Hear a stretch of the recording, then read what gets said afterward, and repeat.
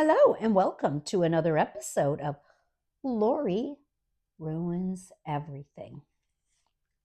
Hold on. Ah! Today I'm going to talk a little bit about my late daughter. She passed away about 3.5 years ago. And I've got a lot of stories about my daughter, but this is one of my favorites. So, for years, I suspected she smoked cigarettes, but I was never going to say anything until I actually caught her in the act. So, when she was about 17 years old, she had a job at a local drugstore. And next door was a Burger King.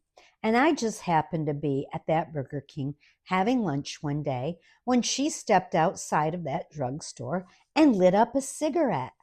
Well, that was my opportunity. So I called her up and I said, "Hey, what you doing?"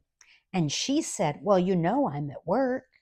And I said, "Yes, I know you're at work, but I'd like to know, when exactly did you start smoking cigarettes?" She says, "Well, no, I don't smoke." And I said, "Well, honey, either your head's on fire or you're clearly smoking a cigarette." Well, now she's looking around the parking lot. When she doesn't see me there, she's looking out on the street. And when she doesn't see me there, that girl was actually looking up in the trees as if I was climbing a tree outside of this drugstore and watching her. I just simply replied with, "I am your mother and I am everywhere."